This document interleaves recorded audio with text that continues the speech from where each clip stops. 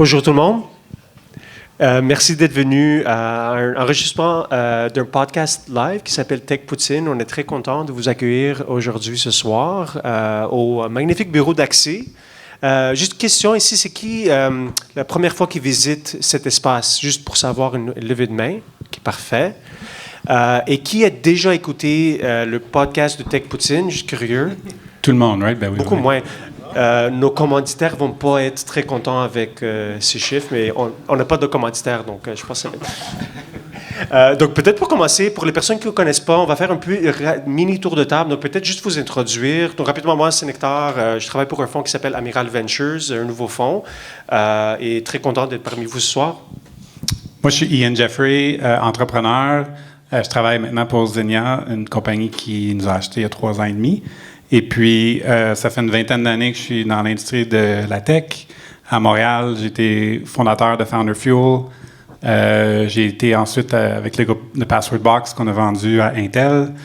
Et après cet épisode-là, j'ai commencé la compagnie Breathe Life qui a été acquise par Xenia. Alors bonjour, moi c'est Catherine Ouellet-Dupuis. J'ai eu la chance de me joindre à cette joyeuse troupe de monde aujourd'hui. J'étais jusqu'à récemment la chef de la stratégie puis du développement corporatif chez Workleap, une compagnie dans le HR et IT Tech, et aussi membre du $100 million AR Club. Puis j'étais là pendant 9 ans. Et j'ai eu la chance de faire plein de choses pendant les 9 ans. Entre autres, j'étais en charge du M&A chez Workleap. Puis on en a fait 4. Ça pourrait être le sujet d'un autre podcast, les M&A. C'est pertinent pour les startups de savoir, de connaître cette voie-là. Puis il y a quand même quelques années, j'étais pas mal impliquée dans la communauté entrepreneuriale. En fait, on va le dire, là, il y a 15 ans, j'étais quand même pas mal impliquée. Puis c'est comme ça que j'ai connu d'ailleurs Gabriel, puis aussi Yann. Alors, très contente de vous retrouver aujourd'hui. Puis aussi, Nectarios, contente de passer du temps avec toi. Puis, je vous annonce aussi que j'ai fait une transition vers le monde de l'investissement.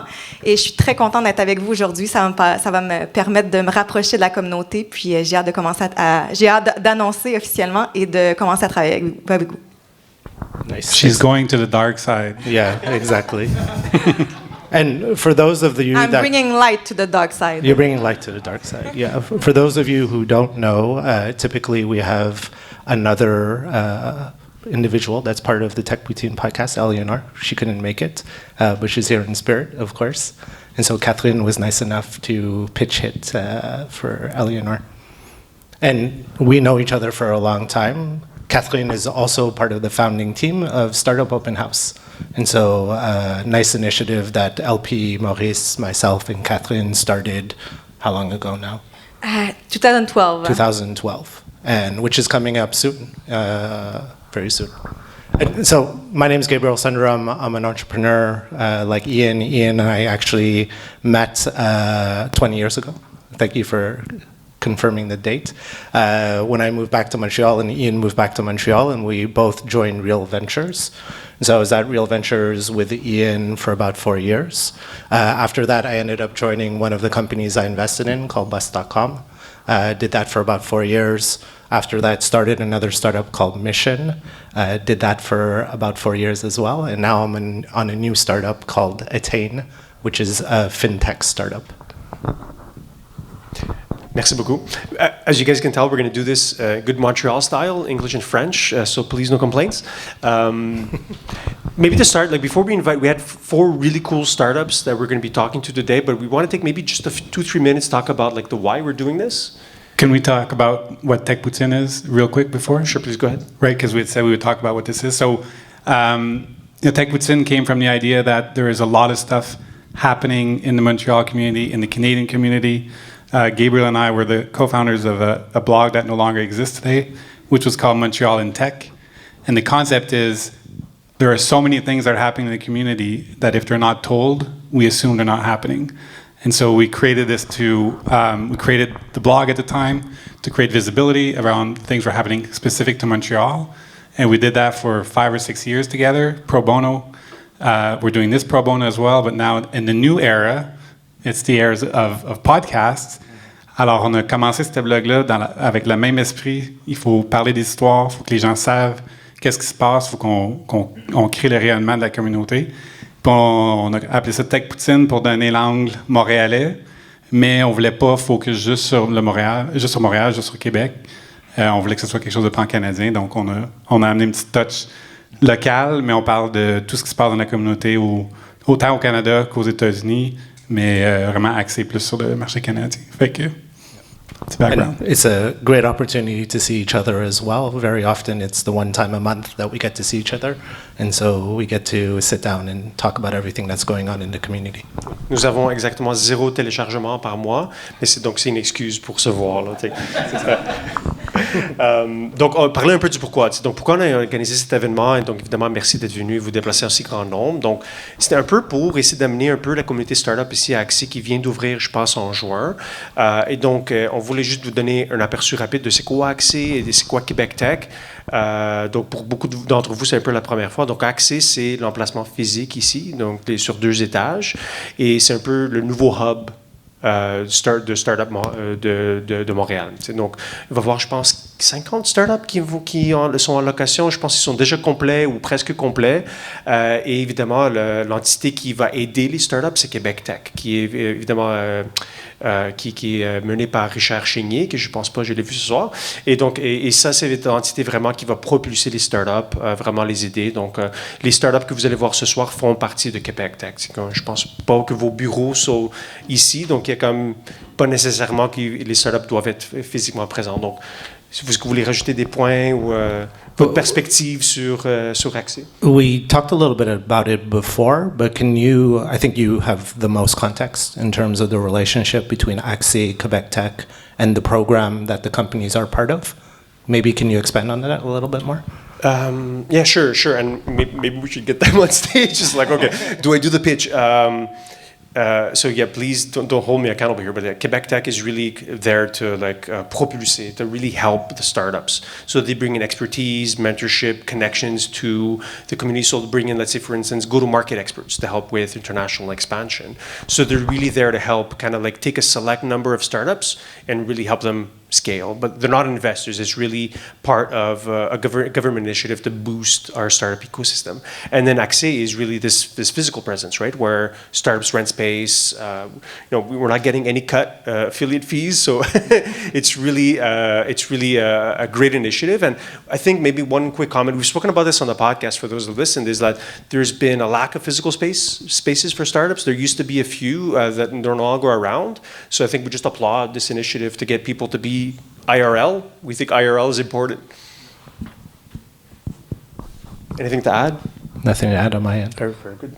Thank you. I think people are excited to hear the entrepreneurs, so maybe we should jump right to it. I think so. They're not here to listen just to us. Okay, so very quick flow, how it's going to work this evening. So, on a 4 startups, comme j'ai dit, 4 fondateurs vraiment, vraiment sharp. On va les inviter à tour de rôle. On va faire environ 15 minutes de discussion avec chacun. Et donc, ça va aller quand même assez rapidement. Et à la fin, on va les réinviter sur la scène pour prendre vos questions. Donc, on va faire un peu d'audience Q&A.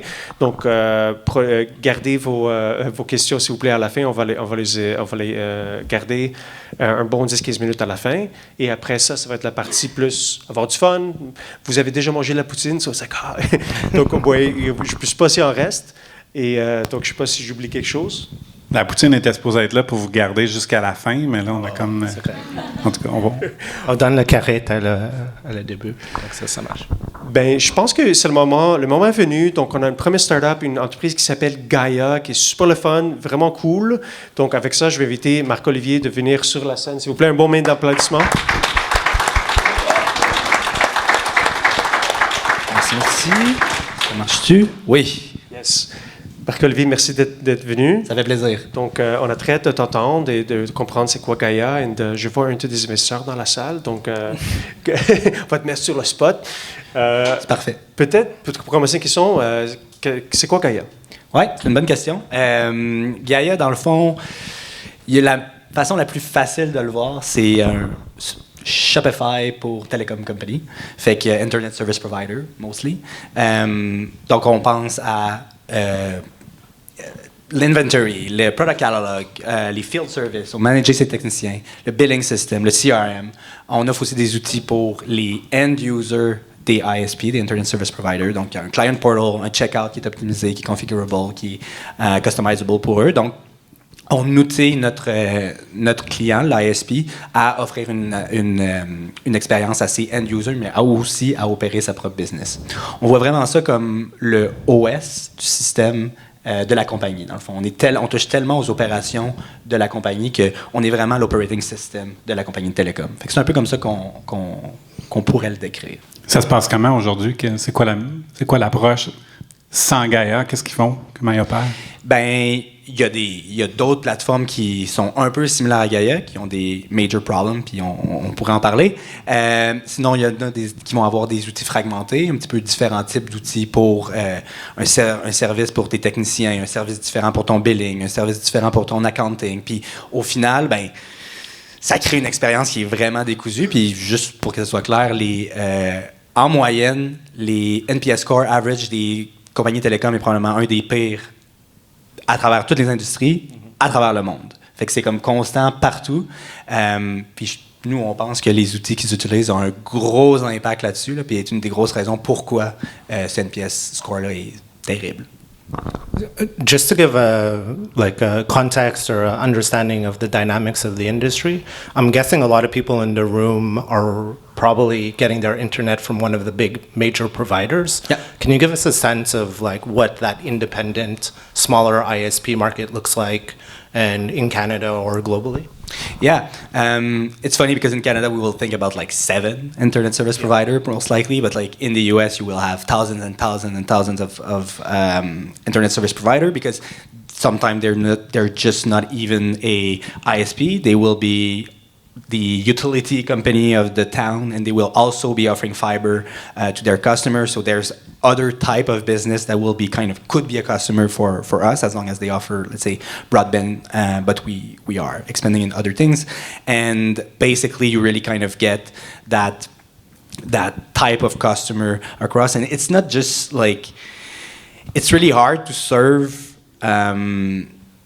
customer efficiently with the tools they have. So when you're small and you're operating in a rural community and you have like customer all across your town that is massive, but they are all very far away from each other. You have to deploy your network. You have to bring technician on the road that's going to go install the boxes, etc. And you need to have like the tools to plan accordingly to support your customer, to make sure your operation runs smoothly. Mm-hmm. So it's really where those customers can really get a lot of value out of Gaia. So I've heard. Oh, sorry. Go ahead. Non, juste continue on that. C'est vrai, moi, je suis la francophone. On s'est mis des chapeaux, là, toi, tu es français. On va être vraiment à Montréal. Donc, si je comprends, tu parles du marché, mais vous avez plusieurs clients aux États-Unis, là. Donc, oui. Puis pour moi, c'est tellement important de... Je sais que Workly, on a réussi à se rendre à cette taille-là parce qu'on a pensé global jour 1.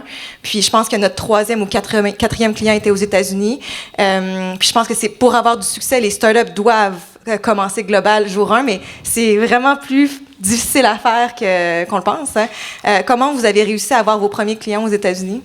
C'est une bonne question. Tu sais, ça parle beaucoup du trust qu'on bâtit avec eux. Nous, dans le fond, il y a quand même une petite histoire derrière tout ça. Là. Avant d'être Gaia, on travaillait sur Oxio. Donc, Marc-André Campagna, notre CEO et co-founder à Gaia, avait fondé avec Francis Caro Oxio en 2019. Finalement, l'ont vendu à Cogeco en 2023. Mais à travers ce processus-là, ben, nous, on est tout allés travailler avec Marc sur la startup de Oxio dans ce temps-là, puis on a appris vraiment c'est quoi opérer un ISP. Donc maintenant, quand on parle à un ISP, on y parle pas comme on te vend notre service, puis on connaît pas ça. Là. On parle... Le problème dont ils discutent par rapport à ces... Je sais pas moi, au provisioning, à l'automation de ces provisioning pour ses clients quand il se passe un outage, ben nous, on relate à ça. Puis on lui dit, tu peux avoir un discount automatique quand telle chose arrive. Puis il dit, j'ai jamais vu ça avant. Fait que ça, quand on parle de ça aux États-Unis, ils trouvent ça génial aussi parce qu'il y en a plein des Oxio aux États-Unis qui sont customer first, qui veulent offrir un amazing service à leurs clients. Puis pas avoir un NPS score dans le plancher, mais qui n'ont pas les outils pour le faire. Fait que quand on leur arrive avec notre expérience de ça, puis qu'on a bâti les tools pour ça, ben d'habitude, ça résonne beaucoup. Là. Mais tu vois, moi, je suis le 2e francophone de service, j'ai oublié, il faut que je parle en français. Tu as comme répondu à ma question, parce que je voulais savoir, tu sais, évidemment, on aime, il n'y a personne qui aime notre ISP. Je serais bien surpris. Peut-être que vous êtes Puis- pas avec Oxio. Puis j'étais comme, comment tu as fait pour identifier cette opportunité-là quand. Tu sais, c'est quoi qui a fait que tu l'as compris, que vous avez vu ça, mais là, je comprends bien que dans l'expérience Oxio et tout ça, vous avez vu l'opportunité, puis c'est ça qui vous a aidé à expand. Vraiment. Puis, tu sais, je pense qu'il y a une autre composante à ça. Je pense qu'il y a la composante qu'on était. Ben, Oxio est devenu le most loved et le fastest growing ISP in Canada. Fait que ça faisait qu'il y avait quand même un défi de dire, bon, ben, on a notre DNA, on veut vraiment mettre le customer first, puis on a investi beaucoup là-dedans dans nos opérations, dans nos practices. Mais en même temps, on grow vraiment vite. Fait que comment on fait pour avoir les outils pour faire ça? Puis c'est vraiment là que tu te rends compte que, OK, ben, c'est juste pas là. Puis même les incumbents qui sont des billion dollars company, là, si tu les prends, puis tu suis leur process, puis tu mets à être obligé d'opérer de la façon qui te force à opérer, grosso modo, avec leur outil, tu finis par faire le même service que tous les autres, puis tu seras plus aimé. Fait que, tu sais, ce perfect storm-là de dire, ben, les end-users sont pas contents du service, les ISP qui veulent offrir un bon service sont pas capables d'offrir le service parce qu'ils n'ont pas les outils, ben, c'est quand même un bon indicateur qu'il y a quelque chose là. So you came to understand the challenges that ISPs went through by operating as an ISP, but what I don't understand is, was your company the first client of Gaia? Or so it was, okay, that was your first client? Yeah, we kind of like started internally and then like kind of forked that company later on.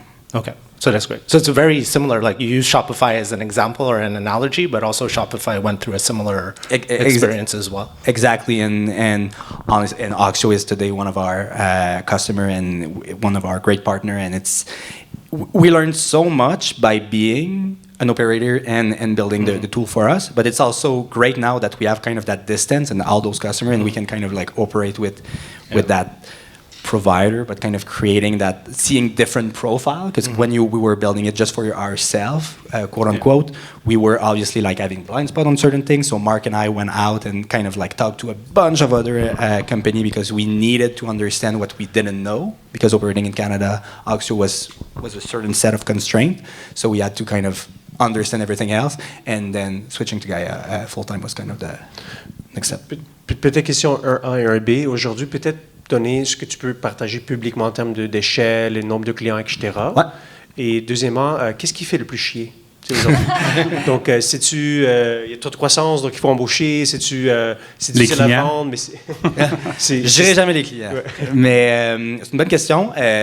Niveau chiffre, on n'en parle pas tant, mais ce qu'on dit, par exemple, on est à peu près à une quarantaine de clients à travers le monde. On en a plusieurs aux États-Unis, mais ailleurs aussi. Puis, on peut dire on a triplé la business l'année dernière, on triple encore cette année. On est à peu près 70 employés aujourd'hui. Puis, on engage, en passant. Ça, c'est une grosse partie. Et qu'est-ce qui fait le plus chier? Ben, c'est une bonne question. On a beaucoup de... Tu sais, c'est de toujours se réinventer dans le sens que chaque jour est un peu un nouveau défi là, en ce moment. Là. Tu sais, on a une belle growth, fait qu'il faut supporter notre growth. Fait que là, on a énormément de clients qui l'acquisition est très bonne, mais là, les clients, c'est quand même... c'est de la job, là, onboarder un client. Fait que là, il faut se pencher sur, OK, bon, ben là, comment on onboard ces clients-là? Mais là, en plus, ça va bien, nos clients sont plus gros. Fait que là, onboarder un client, ben, c'est plus de job que c'était avant. Fait que le processus qu'on avait fait, ben là, il marche plus. Fait que là, il faut en faire un autre. Fait que dans le fond, on est toujours en train de continuer à revisiter un problème pas qu'on pensait régler, parce qu'on sait on les réglera jamais, ça va toujours faire partie de notre day-to-day, mais c'est vraiment quelque chose qui nous occupe. Fait que je dirais pas que ça fait chier, parce que c'est vraiment un beau problème qui est le fun, mais des fois, je prendrais une semaine de congé de ça. Tu peux-tu nous parler un peu du modèle d'affaires, puis spécifiquement quand tu dis, quand on onboard un client, y a-t-il un concept de professional services, SaaS afterwards? Comment ça marche? Je parle pas nécessairement des coûts, mais c'est quoi le modèle d'affaires? Comment vous chargez vos clients? Puis comment ça se compare à ce qui se passe en ce moment dans le marché?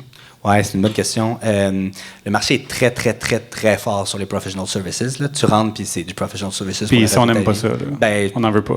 Exact. Puis je pense que c'est une de nos approches où est-ce que nous, on est très, très, très, très faible sur le professional services. Là, c'est des très rares cas, là, voire jamais. Puis c'est beaucoup plus Dans le fond, le modèle, c'est on a un platform fee. Fait que quand on sait la plateforme, ben, il y a un platform fee qui est un minimum par mois pour eux pour l'utiliser et un coût par subscriber, grosso modo. Fait que chaque end user. Si tu es un abonné, ben, tu payes coûtes $1 par mois, puis à ISP et vice-versa pour tous leurs subscribers. Fait que il y a quand même un grow en fonction de plus le client est gros, plus il y a un bon revenu AR pour nous. Puis ouais, professional services, ben il n'y a pas de coût nécessairement à l'entrée pour se joindre. Au contraire, dans le fond, pour builder le trust, nous, il peut y en avoir. Là, je dis pas qu'il y en aura jamais ou qu'il n'y en a jamais, mais nous, on essaie vraiment de bâtir une relation où est-ce que faire partie, onboarder sur la plateforme, ça fait partie de builder le trust. C'est le truc le plus stressant qu'ils vont avoir à faire dans leur vie, dans leur business, c'est pas dans leur vie, là, mais de bouger un système à un autre. Puis c'est sûr que nous, là, on va faire tout ce qu'on peut pour les rendre confortables. Puis, tu sais, pas leur dire, chaque heure que tu me poses une question, ça te coûte de quoi? C'est sûr que ça les met. Puis, je suis curieux parce que mon modèle d'affaires était semblable aussi. Puis, dans mon industrie, le monde de l'assurance, super sexy, très, très, très habitué aux professional services. Ouais. Nous autres, on rentrait puis on disait, non. Ouais. You got a SaaS fee and we're going. Puis, nous, on se pensait bien clever. Puis, en fait, l'industrie était tellement pas prêt pour ça que ça nous a ralenti pendant un bout. Puis là, on a fait, OK, on va ajuster notre modèle d'affaires. Même si on veut optimiser pour du AR, on a commencé à faire des professional services parce que le client s'attend à ça. Ouais. Puis ça nous a vraiment aidé à prendre notre growth curve. Je me demande si puis est-ce qu'il s'attendait à ça? Une réalité semblable dans ton univers. Est-ce qu'il s'attendait à ça pour, mettons, les features aussi? Genre dire, moi, je veux ça là, fais-le. Tout. Ouais. Ou peut-être, je vais peut-être rajouter, ou à l'inverse, est-ce que tu as un sweet spot de clients qu'après une certaine taille, là, sont trop gros, puis là, ils vont demander beaucoup de professional services? Donc, tu focuses plus sur comme nous, chez Workleap, on focusait sur le SMB. C'est sûr que quand tu rentres dans une enterprise, là, comme ils s'attendent à des professional services? Probablement qu'il y en a peut-être un range qu'on n'a pas encore dans nos clients qui serait probablement extrême à ce niveau-là. Je pense qu'à date, on a toujours réussi à trouver une bonne balance avec nos clients. On essaie vraiment d'en parler en amont aussi puis de mettre notre philosophie claire. Mais oui, il y a des gens qui ont sûrement un peu plus des clashs par rapport à ça, par rapport au modèle. Par contre, je pense qu'ils sont peut-être exposés un peu plus au modèle déjà par d'autres plateformes, des plateformes qui sont pas des compétiteurs à nous, mais plus qui travaillent avec nous, là, des services de monitoring, de network. Mais il y en a déjà qui sont en mode SaaS. Fait eux, je pense qu'ils ont été exposés à ça. Ça a comme brisé un peu la glace, un peu. Fait que ça nous aide à ce niveau-là, c'est sûr. Peut-être je vois déjà l'enjeu de shit, c'est tellement intéressant, mais on a juste 15 minutes. Là.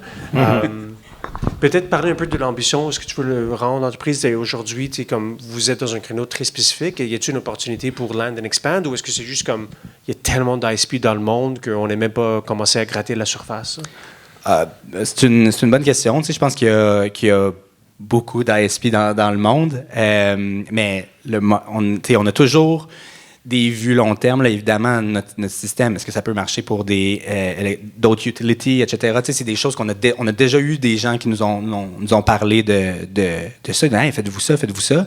Nous, en ce moment, on est focus sur la télécom, puis ça reste quand même notre main goal, mais on garde toujours nos yeux ouverts, puis là, nos investisseurs dans la salle, fait que je veux dire qu'on est ouvert à tout. Puis, mais pour vrai, c'est quelque chose qu'on est conscient qu'il existe, mais on veut continuer à nailer notre produit actuel, puis juste s'assurer que ça va bien, puis les choses vont venir une chose à la fois. On va poser une dernière question. On va poser la même à tous les 4 fondateurs. Donc, tu as fondé l'entreprise. Est-ce que tu as des leçons que tu donnerais à toi-même à ces premiers stades, ces premiers balbutiements, des choses que tu as appris, you're like, oh shit, comme des principes que tu donnerais à ton plus jeune? Ouais. C'est une bonne question. Moi, je fais le produit, fait que c'est sûr que je suis beaucoup impliqué dans les mains dans comme notre application day-to-day, puis je dirais que on le dit tout le temps là, mais ship vite, puis continuer à shipper vite, puis à itérer dessus, puis je pense que je l'avais déjà ça initialement, mais je me taperais sur la tête de le faire encore plus, des fois, puis de peut-être moins douter certaines choses, puis juste l'essayer. Puis les gens sont là pour t'aider, puis ils vont te donner du feedback, puis nos clients, ils nous parlent, puis c'est pas tout le temps parfait, mais ils vont nous donner leur opinion, puis ça nous aide. Fait que je pense que je serais juste continuer à aller plus vite. Vas-y, puis ça va aller. C'est quoi l'expression if you're not embarrassed by your first product? Ouais. C'est drôle, Simon de Workley a posté ça avant hier. Simon est sur notre board, fait qu'on suit ça un peu. Super, super bien. Un grand merci. C'était vraiment une excellente histoire. Donc, on apprécie ton temps. Ça fait plaisir, merci.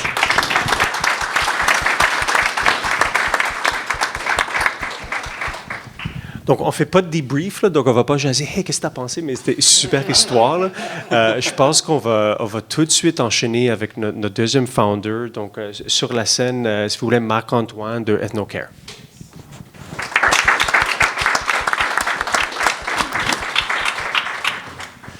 Merci beaucoup. Merci à toi. Super que tu sois présent, Marc-Antoine. Donc, pour les personnes qui ne savent pas c'est quoi EthnoCare, peut-être expliquer juste c'est quoi ton entreprise. Oui, absolument. EthnoCare, dans le fond, on est une entreprise de développement de produits médicaux. On dirait, je ne sais pas dans quel sens le mettre pour pas que ça ait de feedback. Dans le fond, on design des prothèses de prochaine génération pour permettre aux personnes vivant avec une amputation d'atteindre leur plein potentiel. Ça, c'est une petite phrase qu'on aime bien dire. Fait qu'en gros, on amène la technologie qui est issue du domaine du sport, qui est issue du domaine matériel, textile, fabrication avancée, dans le domaine des prothèses, qui actuellement est très, très, très artisanal. Fait que je vais mettre ça en préambule. Intéressant. I'm curious, there's a lot of entrepreneurs or aspiring entrepreneurs in the room. Building an MVP with something that's online software is one thing, but building a first product for something that's hardware, if it's fair to call it hardware, what was that journey like, and how did you approach developing an MVP and getting initial feedback? I love that question. It's a very, very good question. I actually feel like it's pretty similar in a way. You were talking about iterating really fast, right? And putting it in the hands of your user as fast as you can. Of course, it's a medical device, so there's a step. I want to feel embarrassed, but not too much, you know? So there's a point where you have an initial concept for our product specifically. It's really to create a prosthetic product that is more comfortable for the user. So as soon as we developed kind of the hardware technology that was able to actually adapt to the user's body, well, we initiated like iterative session with many patients. So we did like at first like 30 sessions with different patients, with clinician, with physician, and the prototype were shit, like they were shitty. But who cares? If it does a job at that point, the only thing you want to validate is like what's the minimum viable product. So once we had that minimum viable product, then we were able to actually modify the design, improve the design, improve on what we learn also, which was kind of the key thing. But I think that co-creation with all the different stakeholders, like bringing physician on board at the very beginning when you're doing the research, and bringing patient and bringing clinician, so that you have different perspective that leads to the creation of the product, right? So we were very guided by starts with the problem, not the solution. And this is even like the name of the company, EthnoCare, means starting with understanding the human need, ethno, and then defining the solution, defining how to provide care. So it's kind of the whole cycle. Moi, je trouve ça super intéressant, by the way. Je trouve qu'il y a tellement d'entrepreneurs qui partent des business juste pour partir des business. Puis moi, j'aime savoir un vrai purpose réel, un impact sur le monde. Je trouve, j'ai chapeau, là, je trouve ça vraiment extraordinaire. C'est sûr que je vais avoir des questions, mais je suis comme, wow, how the hell do you think en of fait, that? sur ce point, rapidement, je l'ai un peu sur vous. Là, est-ce que tu peux parler un peu du why? Là? Je trouve que c'est quand même assez puissant. Oui, absolument, absolument. Merci de l'amener sur le sujet. Dans le fond, ça commence avec une histoire personnelle. Puis, j'ai jamais eu l'occasion d'en parler, on dirait publiquement comme ça, mais moi, ma mère, elle a vécu à utiliser des orthèses toute sa vie. Même encore aujourd'hui, elle utilise des orthèses. Puis, elle a toujours été inconfortable. Il n'y a jamais un produit qui l'a amené à son niveau de confort puis l'a ramené à ses capacités dans le temps. Puis, j'ai toujours trouvé que c'était injuste, tu sais. Genre, pourquoi les gens n'ont pas le droit de vivre pleinement, tu sais. Puis, le facteur limitant là-dedans, c'est les produits. Fait que quand je suis arrivé à l'université, j'ai rencontré un autre gars. Il a vécu exactement la même affaire. Mais lui, sa mère était amputée. Puis là, j'étais là, what the fuck? genre, elle a vécu exactement les mêmes problématiques, mais tu sais, à un niveau évidemment supérieur, là, tu sais, passer à travers le traumatisme de perdre des jambes, c'est incroyable. Puis là, les deux, on s'est rencontrés, puis on a fait, écoute, là, il y a clairement quelque chose à faire. On a des esprits ingénieux. Aujourd'hui, les matériaux ont évolué, les procédés de fab ont évolué. Mais quand tu regardes les produits actuels, c'est pas mal la même chose qu'il y a 40 ans. Fait qu'on était comme, il y a de la place pour nous d'innover là-dedans, dans ce marché-là. Puis on est personnellement engagés. Puis c'est pour ça, tu sais, qu'on est autant motivé à faire une différence. C'est parce qu'on est personnellement impliqué là-dedans, tu sais. Ah, merci Marc-Antoine pour l'histoire. Puis aussi, ça me fait penser, je te regardais là, tu as l'air tellement passionné par le problème, puis ça me touche beaucoup. Puis aussi, je pense qu'il faut qu'on le dise que c'est aussi ça la clé du succès. Peut-être que, bon, chez Gaia, c'est peut-être moins dramatique, mais en même temps, vous l'avez vécu, le pain de « Oh mon Dieu, c'est épouvantable le service qu'ils donnent à leurs clients, on veut régler ça ». Donc, plus l'entrepreneur a été proche du problème, plus il va vouloir le régler et tout ça. Donc, je voulais juste dire ça, mais c'est sûr qu'un autre élément qui me vient en tête, je me dis, il y a tellement de monde qui ont ce problème-là dans le monde. Comment ça que ça n'a pas été réglé avant? Est-ce qu'il y a une évolution de la technologie qui a fait que vous ayez pu régler ce problème-là? Ou parle-nous peut-être un peu de qu'est-ce qui s'est passé? Oui, absolument. C'est vraiment excitant. Oui, il y a eu des développements. Genre, je ne veux pas lancer... il n'y a rien qui est fait dans... Il y a eu plein d'avancements puis plein de développements. Mais j'ai l'impression, encore une fois, on revient à l'approche de commencer avec le problème. Il y a eu des belles avancées technologiques, puis après, on a tenté de trouver des applications. Mais il y a eu peu de compagnies dans le domaine qui ont vraiment parti de la source du problème, puis de voir, OK, mais comment concrètement on peut le régler, tu sais. Fait qu'il y a eu énormément d'avancées technologiques qui, maintenant, sont intégrées dans notre produit, qui est d'ailleurs extrêmement simple. Vous verriez le produit, puis dans le fond, c'est un bouton, ça ajuste, là. C'est vraiment pas compliqué, mais c'était ça le cœur de l'idée aussi. Tu veux que ton patient, tu veux que l'usager n'ait pas à se casser la tête, là. Qui veut le matin se lever et commencer à faire des ajustements? C'est comme, fuck that, là. Tu sais, genre, tout ce que tu veux, c'est vivre ta vie, là. Fait que, genre, si je me lève, je le mets, c'est bon, I'm good to go. C'est vraiment ça. Tu sais, tu veux que les gens retrouvent leur confiance d'avant, puis dans le fond, qu'il n'y ait pas à se soucier de rien, là. Ça doit pas être facile de comprendre le confort puis ce que la personne recherche, puis si on adresse vraiment le besoin de l'individu, comment on fait ça en tant que tu n'en portes clairement pas? Comment tu fais pour bien comprendre si on avance, on recule? Puis... Gros syndrome d'imposteur, ouais. Solide. Absolument.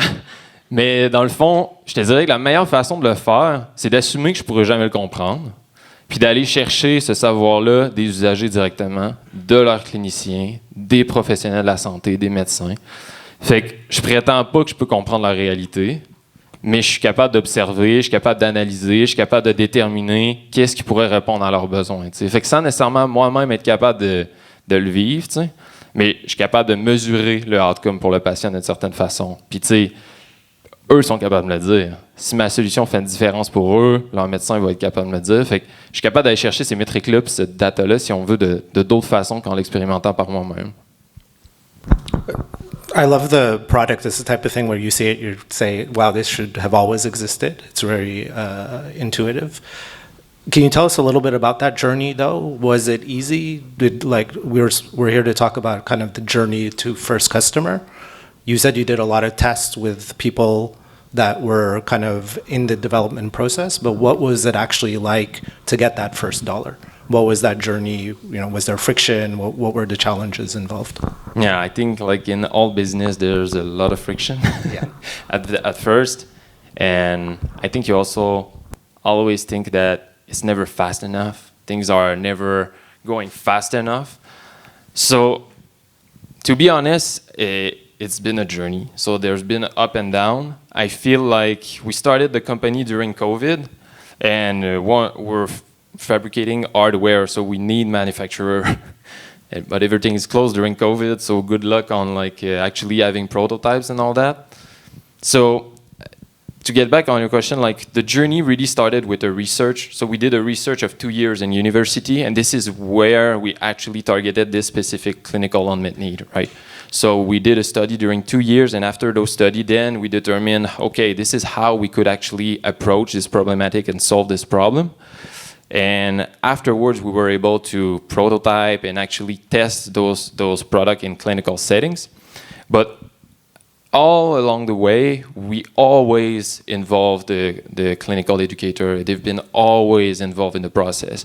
And I'm just going to circle back to like the co-creation idea. That's kind of where the idea come from, is not only from my mind, from my partner, my business partner's mind. It's really like a cohesive and collaborative, iterative process. So of course there has been up and down, but I feel like when you're quand tu as un bon réseau, puis tu es bien épaulé, tu es capable de justement contrevenir à ces problématiques-là. Là. J'aimerais poser quelques questions sur ta philosophie sur bâtir une entreprise. Tu sais. Donc, il y a une partie au début, évidemment, comme tu as dit, product market fit, trouver le produit, mais après, tu as aussi la partie commercialisation, vente. Tu sais. Donc, évidemment, les deux en parallèle. Tu sais. Il faut continuer d'innover sur le produit. Peut-être des leçons sur la partie vente, commercialisation, parce que j'imagine que ce n'est pas évident. Comme tu as mentionné, il y a une partie clinique, il y a une partie client. Donc, comment vous l'avez fait? Ouais, super bonne question. Et puis là, je me sens tellement pas qualifié pour répondre à ces questions-là. Là, c'est comme, Écoute, moi, je me sens vraiment dumb à côté de ça. J'écoute ça. Wow, I'm amazed. On dirait que j'ai chaud. Là, je suis comme, c'est eux qui devraient me donner des leçons. Là. Non, c'est super, c'est vraiment hot. OK. Fait que leçon à tirer, excuse-moi, j'ai déjà oublié la question. Non, c'est pas des leçons tant que ça, c'est plus comme comment tu l'as fait. Comment tu le vends en termes de commercialisation. Ouais, c'est ça. Tu m'avais demandé comme différencier, comme product development de genre là, le business development. Build the shit and then sell the shit, right? Ouais, nous, ça a été vraiment un clash. Genre, on pensait que les gens, tu construis un bon produit. Là. Tout le monde va le vouloir. Là. Tout le monde va l'acheter. Là.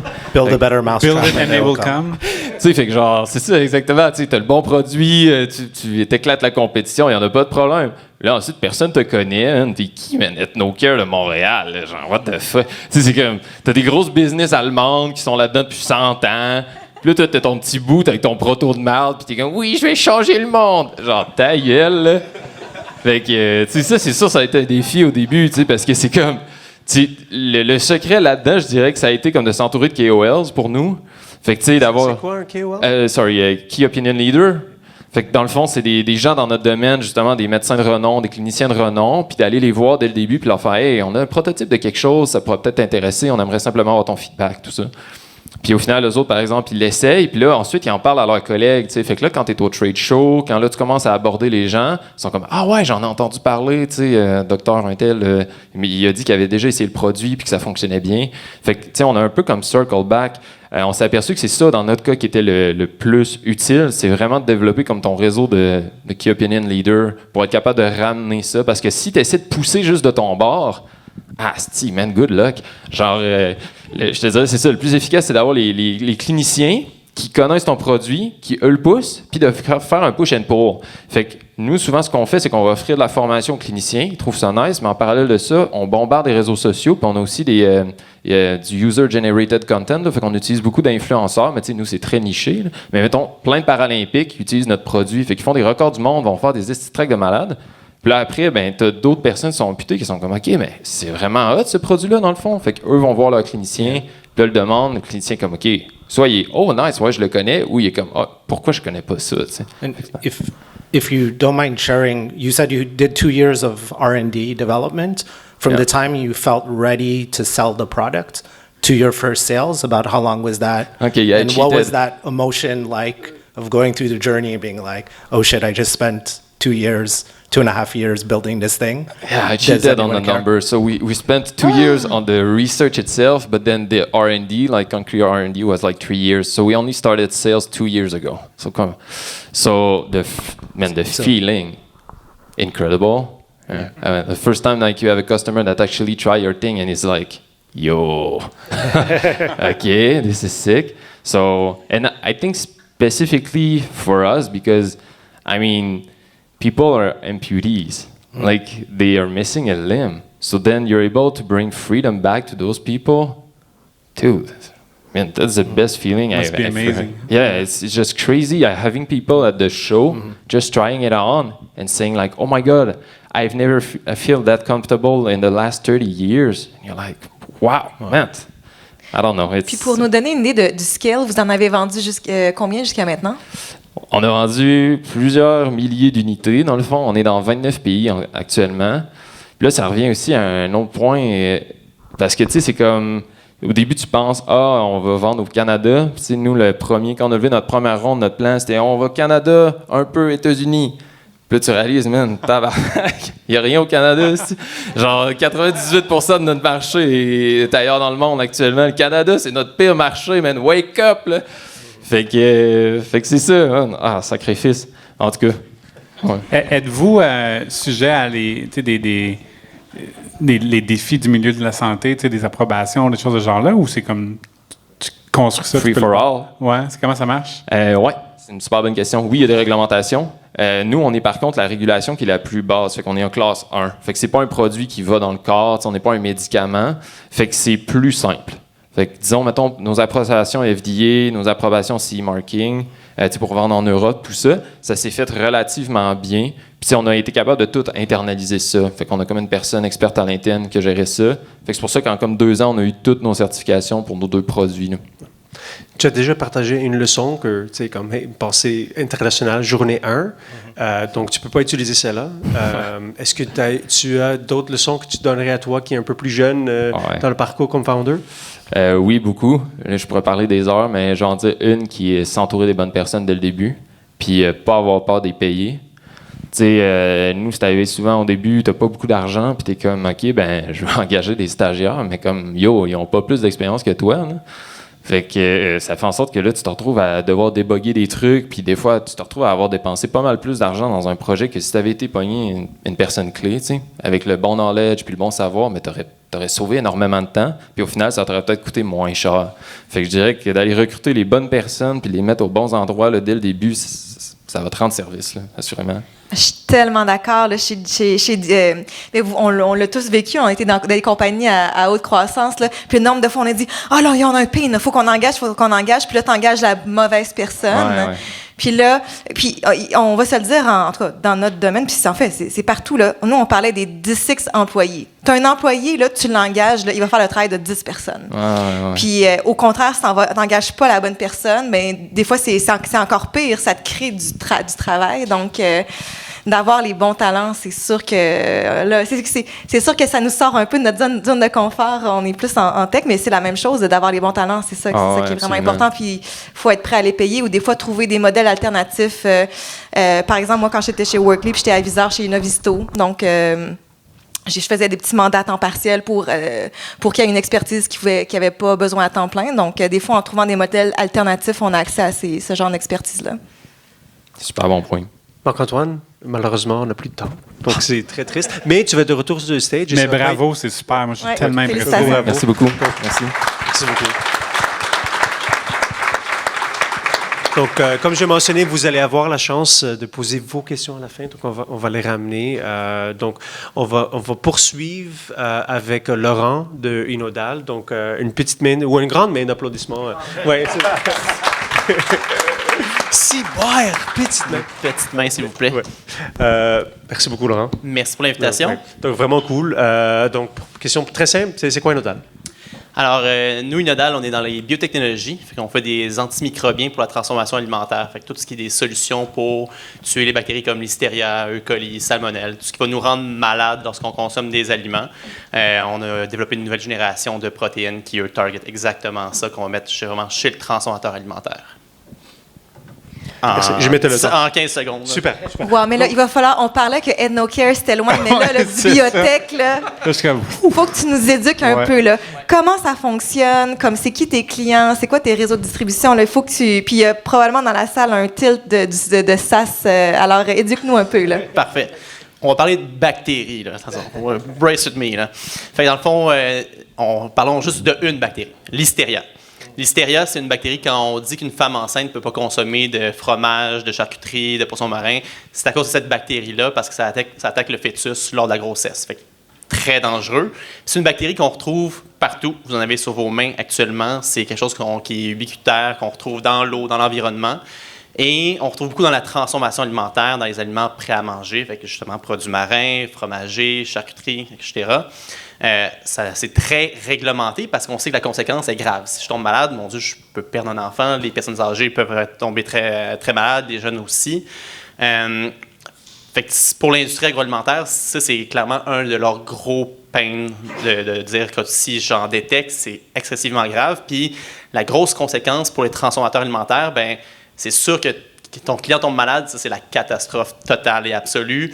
Avant ça, il y a beaucoup de mesures de sûreté, puis ils vont faire des recalls. C'est-à-dire, ils ont fait des batchs de produits, l'agence réglementaire teste le produit, détecte la listeria, il faut que je rappelle les produits. Puis ça, pour les transformateurs alimentaires moyens en Amérique du Nord, c'est un coût de 10 à 30 millions faire un rappel. Puis pour tout le reste de ta vie d'entreprise, ta marque est à côté de la bactérie, recall, debts sur Google, forever. Fait que c'est un PR nightmare à gérer aussi. Hein.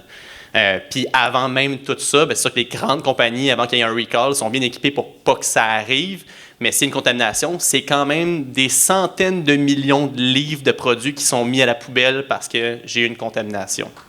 Fait qu'on est vraiment dans ce secteur-là. On prévient ces rappels-là. Puis pour beaucoup de transformateurs, on va dire canadiens, européens, le marché target pour nous, puis sur ces jours-là, c'est les États-Unis. Puis les États-Unis ont un zero tolerance policy par rapport à l'hystéria. C'est tolérance zéro. Tu as une bactérie d'hystéria dans un produit prêt à manger que tu exportes. C'est ton container au complet qui va être bloqué à la frontière, qui va être détruit. Puis au bout de 3 fois, tu es red listé, tu ne peux plus jamais exporter aux États-Unis. Fait que c'est sûr que pour eux, wow, c'est quand même une grosse conséquence, pas que ça arrive. So you've done a really great job in terms of explaining the consequences of how important it is and how big of a decision it is. People's lives are at risk. That makes it seem even more difficult to get your first customer as a new company. So if you can put yourself back in the mindset of before pre-clients, what was that journey? And I would also add, how the hell did you come up with that idea? Obviously, it's a big problem, but what's your background? Parce que clairement, we can un background particulier pour avoir vu cette... 100%. We'll start with that because it's going to answer the next question. So I'm a biotech engineer from Sherbrooke University. Love biotech. Anything you can do by fermentation, from beer to vaccine and anything in between. It's incredible, the potential of that. My main realization when I did my studies was, there's no biotech in Quebec. It doesn't exist. It's either in Boston and California. That being said, I had a mentor who told me there's plenty of things that's being done in biotech in Quebec. It's just that nobody's taking the technology and making something with it. It's just being put on a shelf, or you have biotechs in Boston who's going to buy the patent, and that's it. We've done research for the technology to be valued somewhere else. So he just pointed me in the right direction, met a couple of biotech professors in different fields, and clearly had a good match with a professor at Laval University in Quebec who was working on antimicrobial. So I didn't invent anything, he did. I was just kind of the lucky guy who came at the right time because he was starting a research chair with different food processors interested by the final application, but in that whole group of industrial, nobody was there to produce it, to supply it. So great if you're all interested, but if you don't have a supplier, it's not worth anything. So for me, it was there's clearly an opportunity to seize here. At the same time, I'm going to do my master in that field. What's the chance that's really going to work? Honestly, there's one chance out of 500 that's going to really happen. It's going to really work. So started, might as well just try it. And then the more I went into it, the more oh shoot, it's really working. And I were really able to scale up the technology.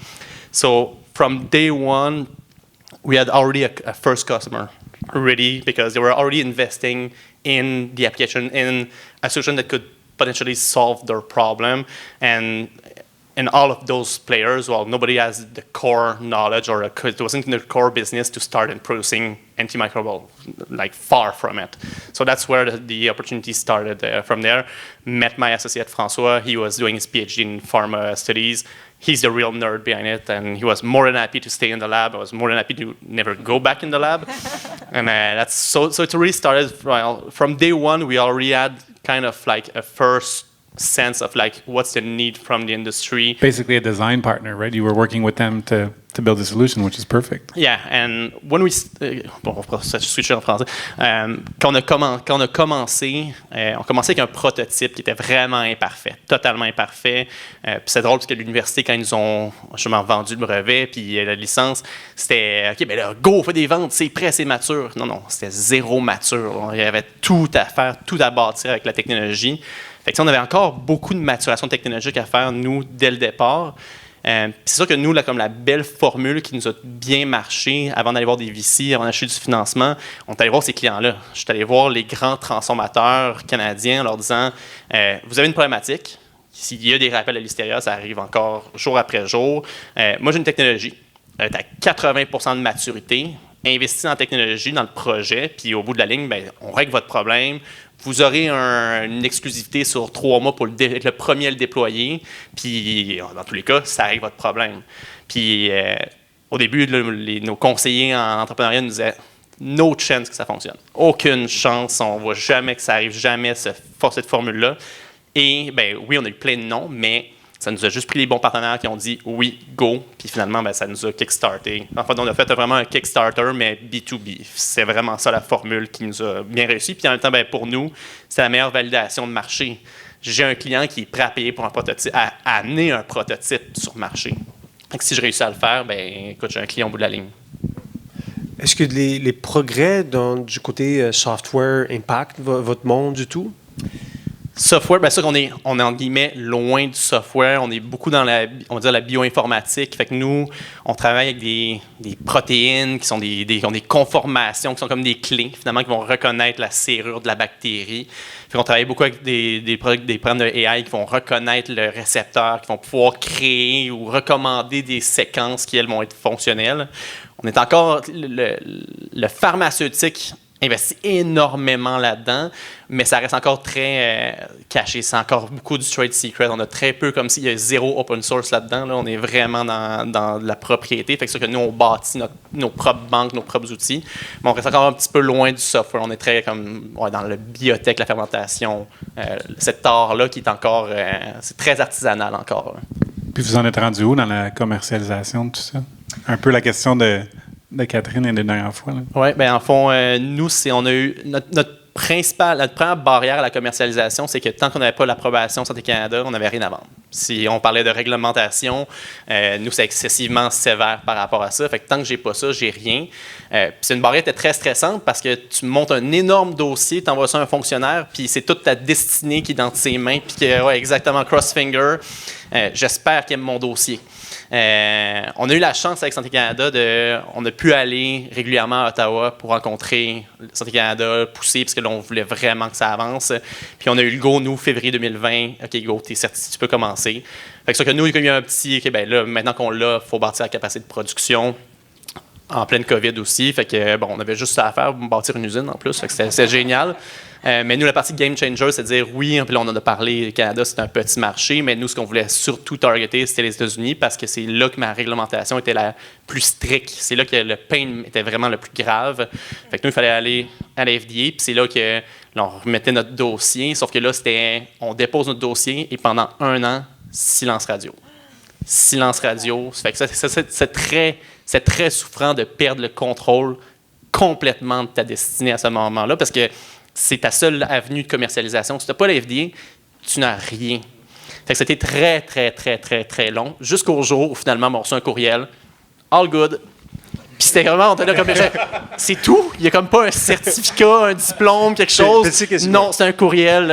On ne s'objecte pas à ta technologie, tu peux y aller. Tu étais où exactement quand tu as reçu ce courriel? Tu te souviens-tu? Ouais, j'étais quelque part entre Montréal et Québec. Sur la route, tu étais sur la route, bien évidemment, oui. En train de lire tes emails sur la route? Non. Puis comment tu survis toute cette année-là? Parce qu'en SAS, il n'y en a comme pas, à part la loi sur la vie privée, mais bon, en tout cas. Mais il n'y a pas de bloquant. C'est juste, il y a un bloquant, mais tu travailles dessus, tu règles le problème, puis tu passes à d'autres choses. Ouais. Comment tu survis à 1 an d'attente avec ta destinée qui est dans les mains de quelqu'un que tu connais pas?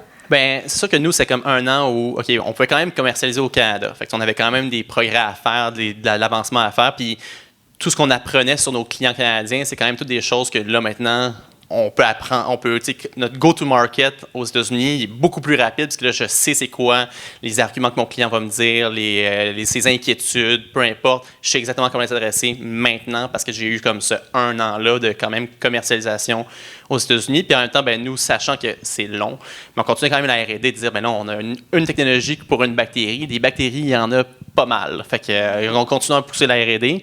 Maintenant qu'on a eu la FDA, on a comme slacké sur la R&D, de dire que là, enfin, là, comme on a tellement travaillé fort pour avoir quelque chose de tangible. Maintenant qu'on a quelque chose de tangible, go for it. Puis c'est ça notre seul focus. Puis après ça, quand on s'ennuiera, on développera les autres choses.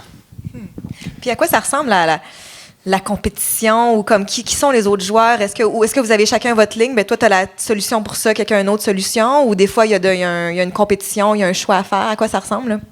La compétition, c'est sûr que, nous, la compétition, c'est les sels, c'est les sulfites, c'est les nitrites, c'est ce qui coûte pas grand-chose. C'est ce qu'il y a déjà depuis toujours dans l'industrie. Fait que, nous, la grosse compétition, puis notre on parle de difficulté, nous, c'est comme briser un peu le statu quo. De faire, oui, tu l'utilises depuis toujours, tu es bien à côté dessus en termes de, moi, j'utilise du sel, c'est chill. Oui, mais tu pourrais tellement faire mieux, puis c'est quand même une industrie qui est très old school. Là. Moi, l'expression que je déteste, c'est ma recette grand-mère que je fais pour toujours. Mais ta grand-mère, là, combien de fois elle a tombé malade, tu penses, de sa maudite confiture? Là? C'est ça le concept de dire, comme là, tu peux vraiment improve, faire bouger ce mindset-là dans l'industrie. Fait que, notre grosse compétition, ça reste le statu quo. J'ai des compétiteurs directs qui ont aussi des super technologies biotech que je trouve incroyables, mais on reste même des petits joueurs. Ça reste un enjeu d'éducation. Complètement. Complètement. De dire, là, il y a comme la réglementation a permis à ce que des nouvelles technologies biotech rentrent sur le marché. On arrive tous en même temps des nouvelles technologies. Fait que là, c'est comme, OK, il y a un switch à faire en ce moment. Tout le monde pousse. Fait que je suis content quand mon compétiteur fait des percées parce que ça vient quand même de faciliter ma job dans d'autres secteurs. Regarde, il fait, ça se fait. Donc, nous aussi, c'est le même concept. Est-ce que ces compétiteurs-là, dans les nouveaux, là, sont-ils plus gros que vous, plus petits que vous? C'est sûr que, mettons, j'en ai ils sont tous plus gros que nous. On est le new kid in town en ce moment avec notre technologie. Mais, tu sais, dans l'agroalimentaire, on peut même pas encore saisir l'ampleur de la grosseur de ce marché-là. Quand on dit que tout le monde mange 3 fois par jour, fait que lui, si 1% là, pour lui du marché complet, là, c'est une gigantesque compagnie. Là. Fait que, la raison que je pose la question, c'est que mon opinion, c'est que souvent, tu veux pas être le premier dans une industrie où tu éduques, right? Parce que tu fais tout le gros travail pour tout le monde. Fait que c'est quelqu'un d'un peu plus gros que toi qui éduque, puis que toi, tu peux revenir en arrière, puis comme profiter de l'élan qu'eux ont commencé. Souvent, ça te donne un genre d'effet, tu sais, comme en vélo de route, là, celui qui suit, il y a un pull. On est dans l'aspiration. Là. C'est ça, exactement. Fait que oui, parce que en ce moment, il y a des clients qu'on va chercher qui utilisent la technologie de mon compétiteur, puis je leur dis, là, ce switch avec la mienne est vraiment plus robuste, c'est vraiment plus solide. Exact. Puis là, c'est mes ventes les plus faciles parce qu'il est déjà éduqué même par rapport à ce nouveau concept-là. Est-ce que tu as une opinion sur le futur de la bouffe? Où est-ce que ça s'en va? Donc, j'ai le sentiment que rien n'a vraiment changé. Là, donc, mais on voit plein de percées technologiques qui sont comme... Donc, ça va être quoi dans 10-20 ans? On prend une pilule, une datite ou... non. Il y a plein de progrès, mais c'est encore très lent. Comme il y aura pas.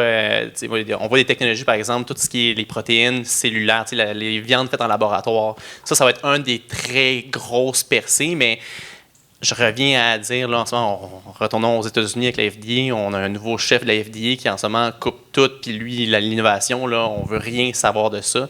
Fait qu'il y a encore l'industrie est très ralentie, de dire comme le monde a encore beaucoup de craintes par rapport à tout ce qui peut être fait dans l'agroalimentaire. Il y a tellement d'innovations qui peuvent être faites qui sont super bénéfiques. Moi, je suis un très grand fan des OGM et de tout ce qu'on peut faire avec les OGM. C'est incroyable. Puis, on parlait de sauver le monde. Il y a tellement de choses à faire, mais il y a tellement de craintes encore et de juste une peur qu'on ne peut pas nommer qui fait qu'on n'avance pas plus loin que ça. Fait que graduellement, lentement mais sûrement. Peut-être dernière question.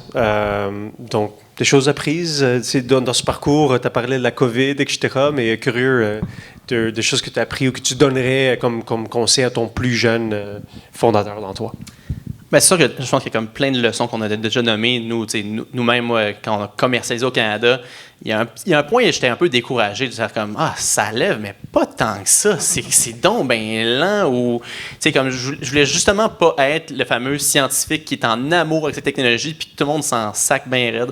Puis là, il me semble que j'ai quand même fait mes devoirs pour m'assurer qu'on répond à un besoin. La problématique est hyper tangible. Puis après ça, on est arrivé, la FDA a débloqué. Écoute, le moment qu'on a fait le press release aux États-Unis de dire que la technologie est approuvée, notre site web a crashé. Là. Puis je dis pas, puis on n'est pas dans les softwares, fait que notre site web était très basic. Là. On a eu 5 visiteurs. C'est ça part!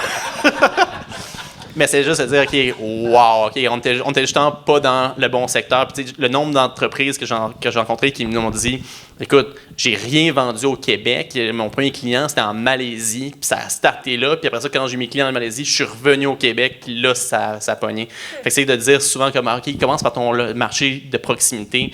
Ça veut rien dire. Ça veut absolument rien dire. Ouais, c'est quoi l'expression nul est prophète dans son pays? Loin de là. Loin de là. Ouais.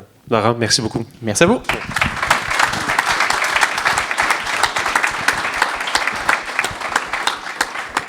Je suis un peu essoufflé, là. C'est vraiment cool.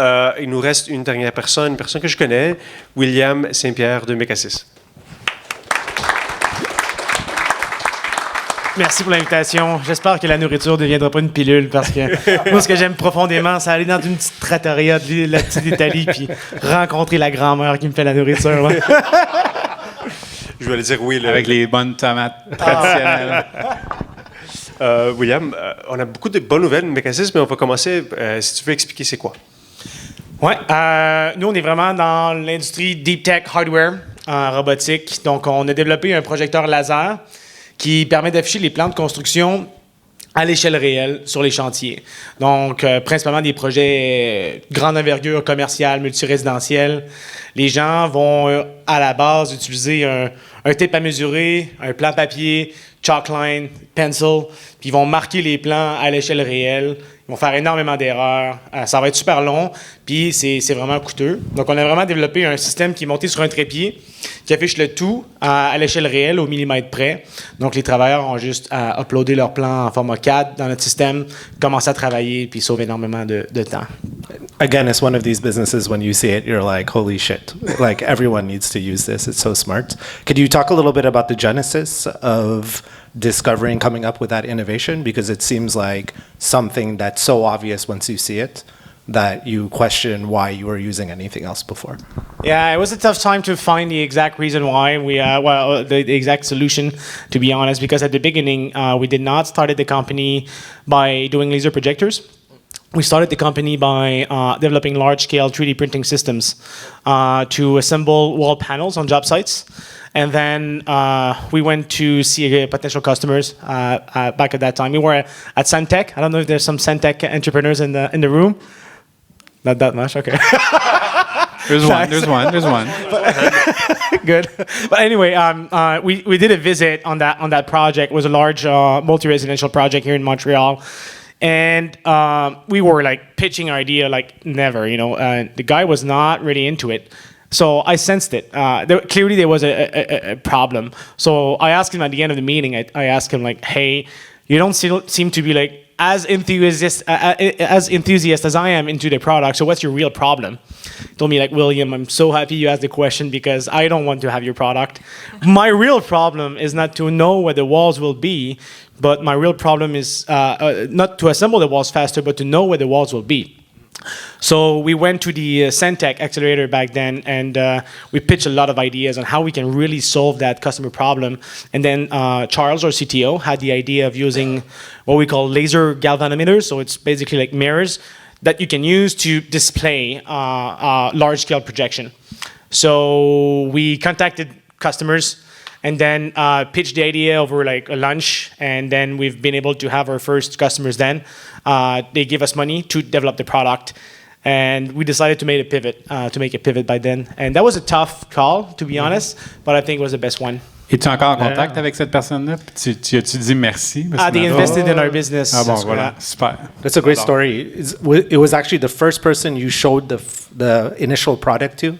that gave you that insight? On n'avait pas de produit, c'était juste C'était une on avait vision de conceptualisé quelque et chose. tout, mais Ok. on n'avait pas grand-chose. Hein, ouais. OK, super. Fake it till you make amazing. it.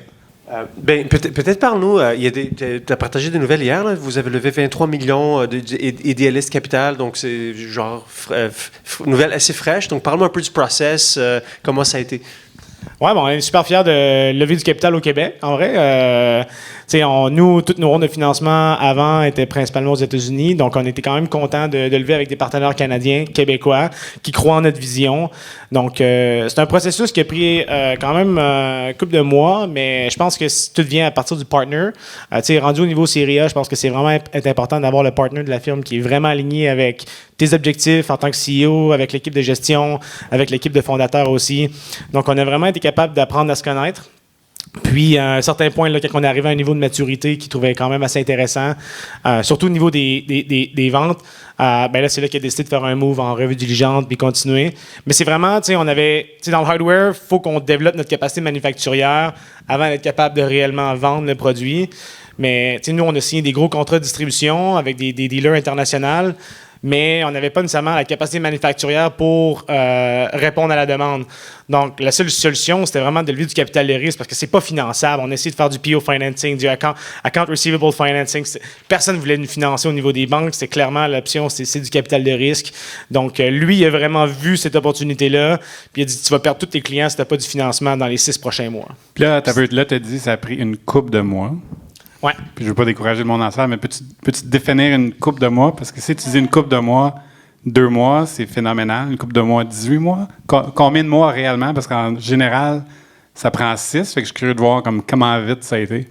Ouais, mais tu sais, c'est comme aller dans une date avec une fille. Tu ne lui demandes pas en mariage la première soirée non plus, là, clairement. Non, clairement. Puis on n'a pas non plus le modèle de la Silicon Valley tant que ça à Montréal, parce qu'il y a des deals qui se font en 2 semaines.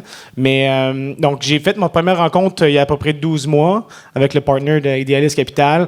Puis à ce moment-là, on ne raisait pas du capital. Donc, c'est vraiment proactivement, en tant que CEO, tu rencontres des investisseurs et tout. Puis, aussitôt qu'il y a eu le premier due diligence officiel, ça s'est fait en approximativement 4 mois. Ouais. Super.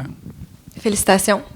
Si je reviens un petit peu plus vers ton produit, en tech, puis je sais que c'est plus hardware toi, mais on vit le même enjeu. Là. En tech, des fois, le produit existe, mais les clients, ils sont juste pas prêts. Ils sont pas prêts à changer leurs habitudes. Là, je me rappellerai toujours, à un moment donné, j'étais à HR Tech, une conférence aux États-Unis. Là, c'est comme Walt Disney du HR Tech. Là. Il y a comme 40 000 personnes. Puis à un moment donné, j'étais dans une table ronde avec des clients. Puis là, il y a quelqu'un qui anime la salle, la table, puis il dit OK, mais qu'est-ce que vous aimeriez avoir comme technologie? Puis là, ils décrivent une technologie là, pendant 10 minutes. Là. Hey, ça serait incroyable. T'imagines-tu s'il y a un produit qui faisait X, Y, Z? Puis là, je les écoute, puis là, je me dis mais non, mais voyons donc. Juste à côté, il y a comme une centaine de compagnies start-up, puis c'est sûr qu'il y en a un gros nombre que ça fait 2 ans, 3 ans qu'ils commercialisent une technologie, puis là, je leur dis ça. Puis là, ils disent OK. Mais là, je peux vous dire les noms de ça. Puis là, ils s'en vont. Un des enjeux, c'est ça, ils veulent comme pas changer leurs habitudes. Puis toi, en plus, dans le monde de la construction, on va se dire, c'est quand même un monde qui change lentement. Puis, tu sais, avec, t'as une traction, t'es passé les early adopters, t'es rendu dans la masse là, de gens qui commencent à changer leurs habitudes. Comment t'as passé ce threshold-là? Comment t'as commencé à faire changer les habitudes de la masse? Hein? Can I ask another question on top of that? Is it actually true that the construction industry is moving slowly still, considering the shortage in labor and all of that? Or is that like a stereotype? Well, it depends on the geography. Like in Japan right now, it's like crazy demand because they will lose like about 40% of their labor in the next 3 to 4 years because they all retire. So that's going to be a major change for them. So they are adopting very quickly. Pour répondre à ta question, c'est vrai que un problème n'est pas un problème tant qu'il n'y a pas de solution. Sinon, tu ne te poses jamais la question, en fait, puis c'est pas un problème pour toi. Donc, au départ, quand on a commencé la compagnie, effectivement, on disait qu'on pouvait remplacer le chalk line à nos clients. Finalement, ils disaient « Ouais, mais mon gars va toujours être plus vite que ta machine, etc. » Je fais « Bon, OK, parfait, on va le tester. » Finalement, on avait raison. Notre machine était beaucoup plus rapide, mais il y avait quand même toujours cette friction-là où il y avait toujours une personne dans la démonstration qui dit « Ah, moi, ça ne marcherait pas, je vais toujours être plus vite que ça, etc. » Puis ils commencent à se gonfler son ego, tu sais, pour penser qu'il Parce est qu'on vraiment l'aime, meilleur. le C'est chalk toujours mind. ça. Le défi du sales rep, c'est vraiment de gérer cette personne-là. Je pense qu'une chose qui nous a énormément aidé, c'est qu'en même temps qu'on a commencé à développer notre solution, il y a eu un gros move de la part de HP, Hewlett Packard, en 2023 approximativement. Ils ont développé là, un robot qui vient faire du layout sur le plancher, qui vient faire de l'impression sur... fait que lui, ils ont vraiment drivé l'adoption au niveau du marché. Ça tombe que finalement, le robot, il est pas tant hot. Puis les clients, ils sont pas tant satisfaits. Donc, ils ont vraiment fait une vague d'éducation. Puis là, depuis ce moment-là, on a beaucoup de traction. On est en train de traduire, de convertir leurs dealers vers nos produits.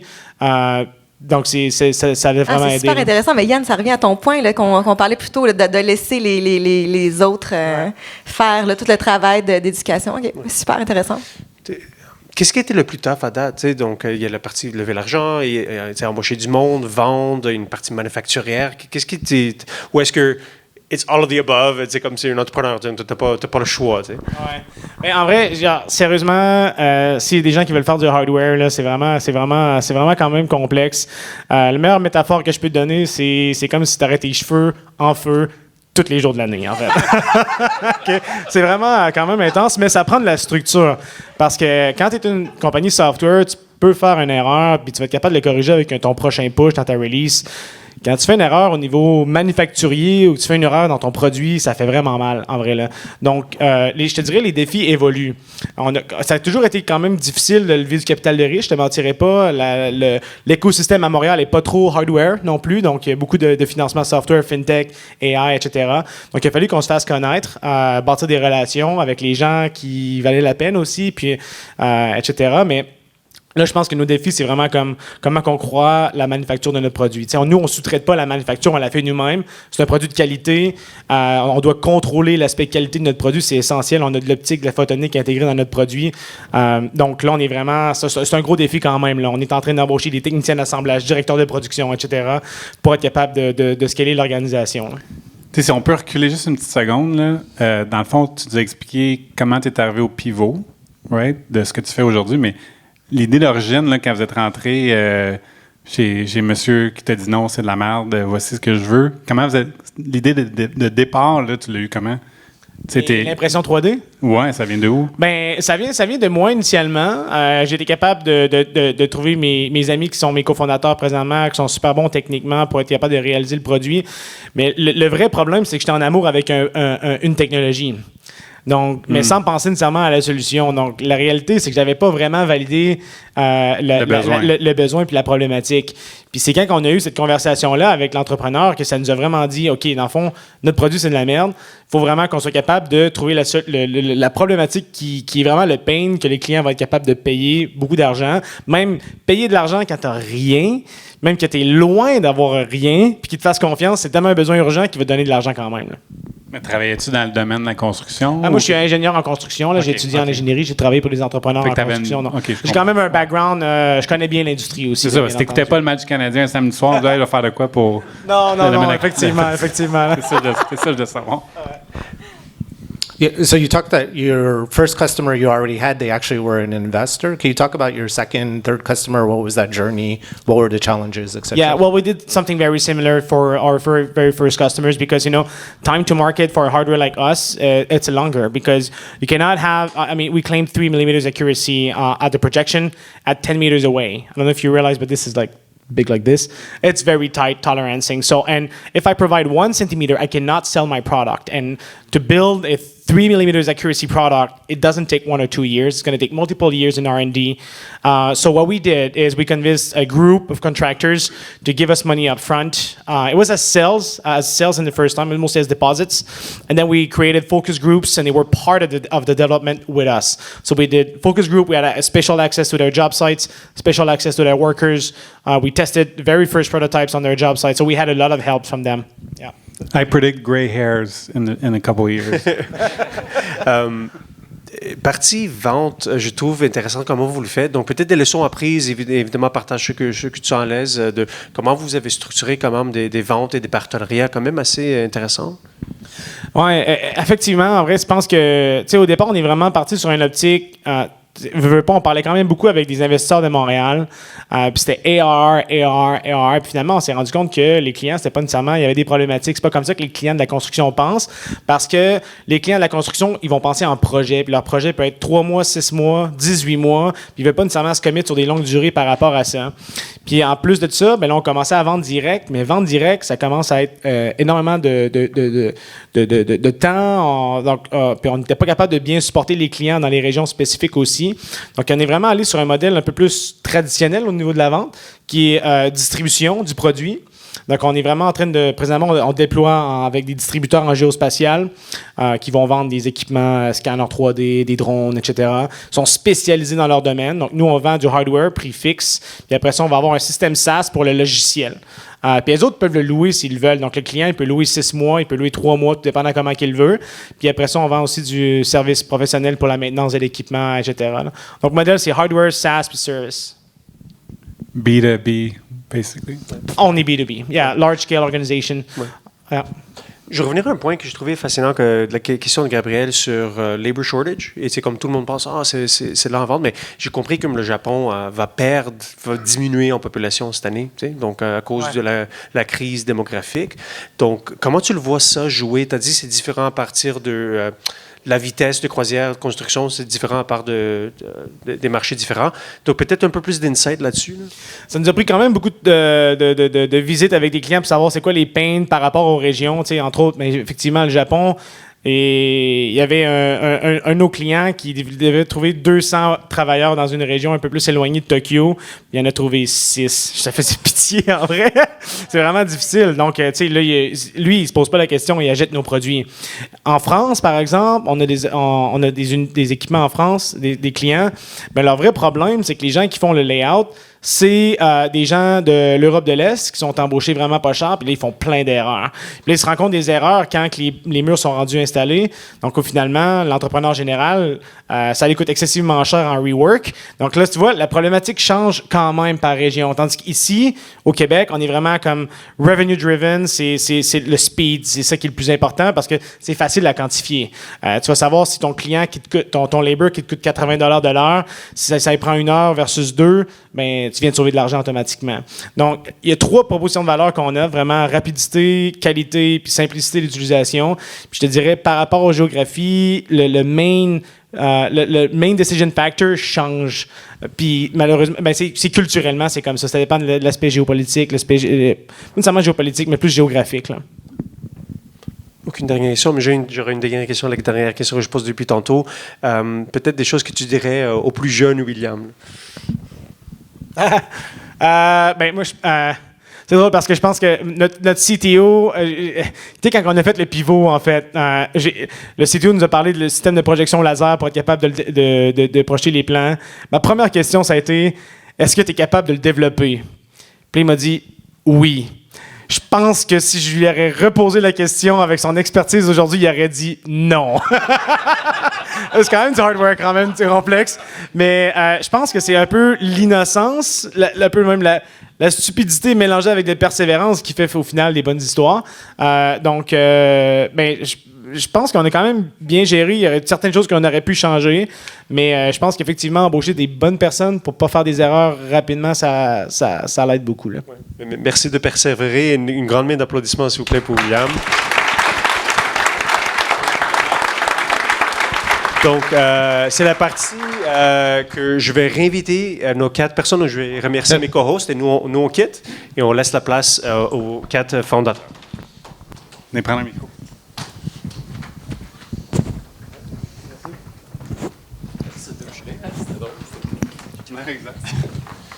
Donc, on a un micro et donc on va courir, venir vous l'apporter. Donc, parfait. Merci beaucoup. Déjà, un grand merci pour cette belle table ronde, en tout cas maintenant qui s'annonce comme ça. Je pense que j'ai une question pour Laurent. C'est bien toi, Laurent, non? C'est bien moi. Yes. Alors, tu es la seule personne dans toute ma vie que j'ai connue qui m'a dit qu'elle était fan des OGM. Et que genre qu'elle avait une grande passion. Moi aussi, je voulais poser la question. J'étais curieux. Je me disais, je vais attendre d'avoir une coupe de bière. Tu sais. non, mais c'est vrai, souvent, c'est très critiqué, justement, comme tu l'as mentionné. Genre, qu'est-ce qui te fait tombé en amour avec ces OGM? Mon Dieu, tomber en amour, c'est peut-être un fort mot. Là, ben, je pense que souvent, on a vu trop de films d'horreur qui font que je fais un OGM, puis là, on a une pandémie de zombies qui arrive, puis il y a une crainte non fondée qui s'est beaucoup propagée par rapport à ça. Il y a eu des grandes entreprises qui, en effet, ont abusé de ça. Je pense qu'on peut très bien faire le parallèle avec l'intelligence artificielle, de dire non réglementé, ça peut être l'apocalypse par rapport à ça, puis on va se ramasser avec Terminator qui va tout nous envahir. Fait que, je pense qu'il y a tellement de potentiel par rapport à ça, puis je reviens, mettons, à l'aspect bactérien. C'est des mini-usines. C'est des mini-usines, puis travailler avec des OGM, mais c'est diriger un peu ta productivité de ton organisme. Puis là, je suis comme l'OGM, on peut en parler à tous les niveaux, de dire dans les champs, dans nos usines. Nous, comme ce que je parle beaucoup, c'est les OGM dans les fermentations où il y a un potentiel énorme de créer des molécules absolument révolutionnaires facilement, avec une belle pureté. Là où il y a une ligne à tracer, définitivement, c'est qu'on va parler d'agriculture dans des zones, dans un environnement non contrôlé. Où là, écoute, mon OGM peut se répandre partout, puis là, je perds le contrôle de ça.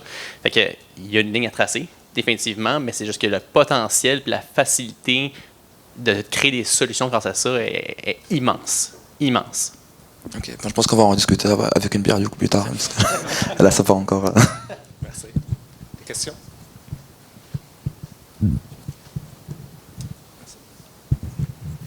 Mais d'abord, wow, pour les 4 entrepreneurs ici, là, des belles histoires, c'est touchant. On voit que vous êtes au cœur du pain, hein? Ce qui est le point commun, vous l'avez tous vécu de l'intérieur, si on peut dire. Ma question aujourd'hui, c'est, bon, vous avez des grandes entreprises, vous avez des produits, vous avez des clients, donc vous existez, vous n'êtes pas en train d'inventer une solution dans votre garage, là, ce que peut-être la moitié de la salle fait ce soir. Ma question, c'est avant votre financement, puis les VC qui embarquent avec vous, que vous ayez ou pas un produit, une idée, tu sais, make it until you made it. Vos premiers 12 ou 18 mois, comment ça se déroule? C'est quoi votre façon de survivre avant que le financement arrive et allume la lumière dans le garage? Comment ça se passe? C'est ouvert, là, celui qui veut bien répondre. Je peux même me permettre de répondre. Je pense que c'est pas un noir ou blanc. Là. Tout est toujours dans le gray zone, en fait. Là. Je pense que ça dépend un peu de ton statut actuel, en fait. T'sais, nous, on a commencé, on était des étudiants, on n'avait déjà pas un sou, fait qu'on pouvait pas être plus pauvre. On a quand même trouvé une façon d'être plus pauvre au final, mais je pense que tu es capable de... je pense que c'est une gestion du risque. Nous autres, on avait toutes des marges de crédit étudiantes, puis on a mis de l'argent sur nos marges de crédit, on se payait pas de salaire, là, c'était vraiment juste des matériaux, etc., des stagiaires. Mais je pense que quand tu crois profondément à ton projet, à qu'est-ce que tu fais, tu es capable de prendre le risque au final parce que tu le sais que ça va pay out. Tu n'as pas de confirmation, mais tu y crois. Donc là, après ça, il va y avoir un premier financement qui va arriver. Là, tu vas commencer à te payer un salaire de merde. Puis après ça, là, tu vas commencer à avoir un peu plus de monde. Là, tu vas évoluer comme ça. Tu vas avoir ton pre-seed, seed, Series A, Series B, etc. Puis à chacune des rondes de financement, mais il va y avoir une évolution de ta compagnie aussi. Donc, c'est pas nécessairement blanc ou noir, mais c'est juste une évolution au final. Mais ce qui est sûr, c'est qu'au départ, il faut que tu y crois. Puis si je peux te donner un conseil, en vrai, je pense que ce qui est le plus important, c'est pas de travailler sur un produit ou quelque chose qui tu penses que tu vas faire de l'argent, mais c'est plus, faut vraiment être profondément que tu travailles sur un problème qui te passionne. Puis le problème, ça peut pas nécessairement juste le problème du client, ça peut être un problème technologique pour les CTO, etc.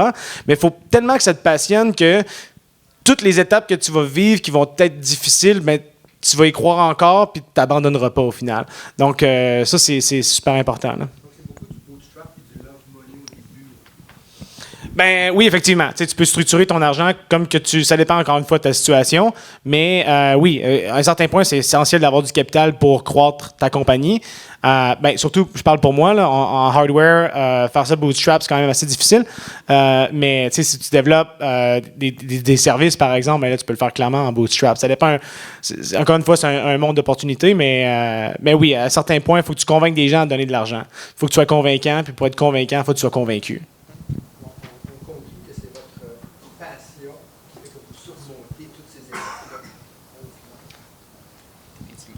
Ben, ouais, je pense que c'est important, effectivement. Puis en même temps, tu sais, j'ai déjà été un peu à votre place, puis les gens qui me disaient, faut que tu sois passionné, en vrai, ça me faisait chier, parce que je m'attendais d'avoir la recette secrète, là. Mais il n'y en a pas de recette secrète, là. Would anyone else like to add to the response? We're good? No, not necessarily.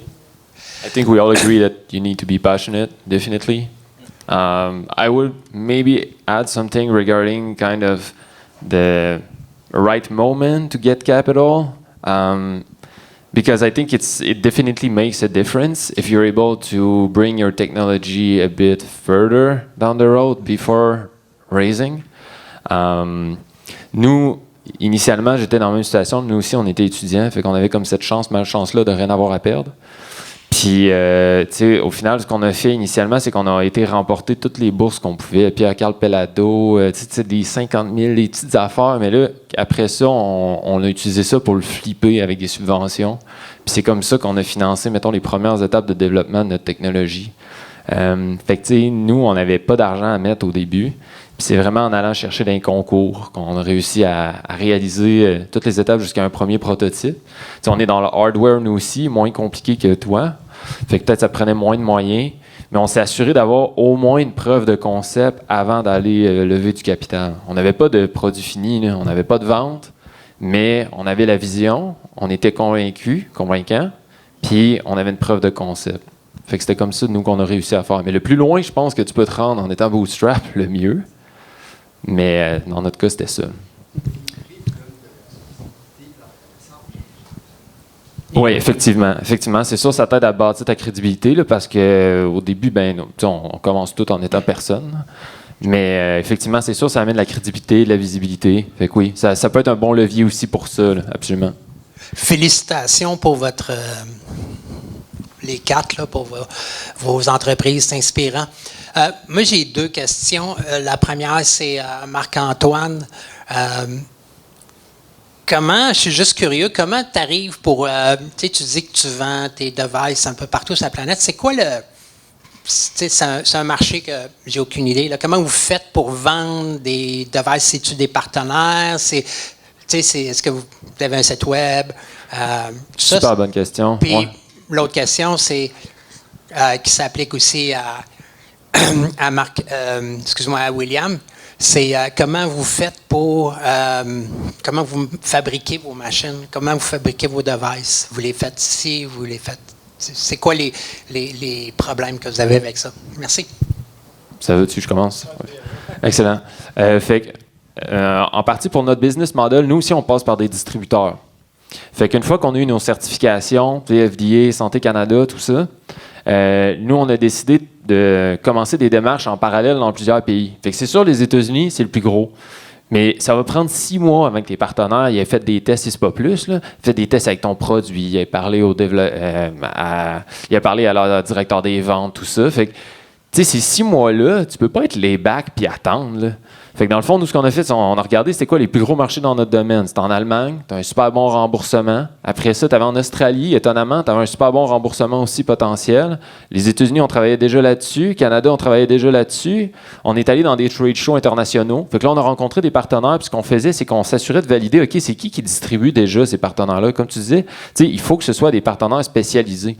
Fait que nous, on était comme, OK, cette compagnie-là, on les aime. C'est Bright ce qu'ils font, c'est nice. C'est qui est distribué, dans quel pays? Puis là, tu fais comme toute l'arborescence. Fait que nous, on a identifié, comme mettons, 30 targets, puis on était comme, OK, ben parfait, ceux-là, ces 30-là, on start des discussions avec eux maintenant, parce que c'est dans 6 mois, peut-être 1 an que ça va les convertir. Fait que notre business model, nous, est vraiment basé sur un réseau de distribution, puis on a comme tout commencé en même temps. Puis il y en a qui vont vous dire, fais jamais ça, concentre-toi sur juste un marché, puis c'est parfait, ça peut marcher pour bien des produits. Mais nous, dans notre cas, on est vraiment une niche, là. Puis on le sait que le processus va être long partout. Fait que startons partout. C'est un peu ça qu'on a fait. Si je peux ajouter aussi, on a vraiment un mode de distribution assez similaire.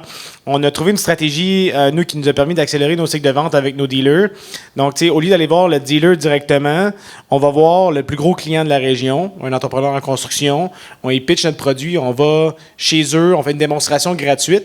Donc, nous, on débourse des frais pour aller chez eux, mettons en Australie ou peu importe. Parce qu'à la base, on les chargeait. Ça faut toujours faire attendre le budget, etc. Ça fait juste ralentir ton cycle de vente. Donc, on s'en va là, gratuitement, mais en échange, ce qu'on demande, c'est qu'il apporte son dealer sur le chantier. Puis son dealer, il nous l'introduit à l'avance. Donc là, aussitôt qu'on arrive sur le chantier, le dealer est présent, le client veut acheter. Bon, il dit, il y a une façon que tu achètes, c'est à travers ton dealer. Fait que organise-toi pour qu'il accepte le contrat de distribution rapidement. Puis ça nous a permis de réduire nos cycles de vente de moitié. Donc, ça a été quand même assez profitable pour nous, là. C'est un super bon point, si je peux me permettre d'ajouter là-dessus, le fait de ne pas hésiter à débourser au début, pour onboarder tes clients, parce qu'au final, si c'est des clients que tu as du recurring, que c'est le long terme, oui, ça va te coûter cher initialement, mais il faut vraiment que tu vois ça comme un investissement, autrement dit. Là. Ouais. Je vais contre-argumenter ça. Ou des fois, nous, on fait exprès de leur charger parce que souvent, on a des clients qui nous disent « Wow, c'est extraordinaire, puis des volumes incroyables, viens nous voir. » Mais sinon, c'est beaucoup du vent. OK, mettons que je te charge 10 000 $ pour que je me déplace pour venir te voir. On le fait-tu? Puis il y en a qui font « Ah ouais, c'est cher, 10 000. » OK, ouais. Finalement, ce que tu me disais, c'est du vent. Là. C'est comme tu étais juste excité de la technologie, tu voulais qu'on débarque, mais réellement, il n'y avait pas un réel target ou un vrai intérêt. Fait que des fois, pour nous, c'est juste une petite barrière, un petit test de dire t'es-tu vraiment sérieux ou tu fais juste me niaiser en ce moment puis ça débouchera sur rien. Hein? C'est un bon point. Moi, je vois ça comme une étape de qualification, dans le fond. Fait que c'est comme si le client, moi, je l'ai qualifié, puis je sais qu'il va me rapporter n'importe quoi, mais 100 000 $ dans la prochaine année, mais au final, un voyage à 20 000 $, m'en fous. T'sais. C'est plus ça mon point. Ah oui. Super. D'accord, je prends ça en temps pour une autre question. Deux autres? Parfait. Merci. Oui, j'ai une question pour Marc-Olivier. Je connais pas mal de monde qui ont des compagnies, des agences, des compagnies de services et qui ont des idées de produits, qui les développent en interne mais qui n'arrivent jamais à les sortir parce qu'ils ont un revenu de service et puis ils n'arrivent pas à donner des ressources pour développer le logiciel. Comment ont été les discussions en interne pour sortir Gaia de Oxio? Ouais, bonne question. Dans le fond, ça a commencé quand même petit. On avait quelques ressources qui se sont penchées sur le problème, puis qui ont commencé à bâtir les petits outils à l'interne qui ont grandi, puis qui ont pris de la place, puis qu'éventuellement, Oxio fonctionnait sur Gaia à l'interne. Puis on a quand même essayé de garder une séparation à certains égards pour le focus, là, parce que si on veut shipper puis on veut être productif, mais on avait besoin d'un certain focus. Fait que, moi, j'ai travaillé beaucoup plus du côté Gaia que du côté Oxio. Je pense que ça prend ça, là, une séparation à l'interne qui amène les idées à être comme, OK, nous, on se met un petit mur de Chine ici, puis on focus sur notre partie, mais en même temps, c'est un peu un cheat code là, d'avoir accès à ton client à l'autre côté. Fait que, c'est vraiment quelque chose qui nous a aidés. Pour des agences, pour vrai, j'en connais des agences qui travaillent là-dessus, puis je pense que c'est probablement le problème, ça va souvent être il y a un gros client qui est arrivé avec un contrat, fait que là, on va prendre la ressource de lui puis on va aller la mettre là, mais là, ton produit, il y a personne qui est focus là-dessus puis qui pense à ça le soir en se couchant parce que là, il pense au nouveau gros contrat qui vient de rentrer puis quelles ressources il va déplacer pour le faire. Fait que si tu es dans ce modèle-là, selon moi, ça va être vraiment difficile d'arriver à quelque chose avec ton produit. Mais si tu réussis à être focus, là, ça va marcher. Ça pourrait marcher. Au niveau du partenariat, juste pour piggyback là-dessus, c'était séparé, Oxio et Gaia? Ah là, c'est compliqué. Là, notre CEO Marc-André serait en meilleure position pour expliquer tous les détails, mais c'est quand la transaction s'est faite, ça a été séparé, il y a des asset sales là-dedans, puis tout ça, puis ça l'a permis d'arriver à un montage qui a permis de comme garder l'IP d'un côté, etc. Donc, ça devient compliqué un peu vite là-dessus. Oui, on a réussi, mais à travers des due diligence compliquées, puis longues, puis tout ça, puis toute la patente, mais c'est ce que ça prend. Merci beaucoup, messieurs, de nous donner de votre temps ce soir. Je pense que c'est très apprécié de tout le monde ici. On est dans un incubateur-accélérateur ici au AXE. Je travaille dans le monde des incubateurs-accélérateurs aussi. On entend souvent des affaires qui manquent au Québec pour les entrepreneurs. J'aimerais savoir de quoi vous avez manqué et qu'est-ce qui aurait pu vous aider en amont à potentiellement accélérer votre parcours. On entend souvent parler qu'il y a un manque d'argent ici, là, fait que ça, je vous enlève celui-là, mais c'est quoi les autres choses qui manquent qu'on pourrait voir de plus au Québec, en général? Vas-y, t'avais l'air... Non, t'avais l'air... Mais moi, je pense que qu'est-ce qui manque, c'est des entrepreneurs qui ont eu du succès, en fait, qui ont eu des exits.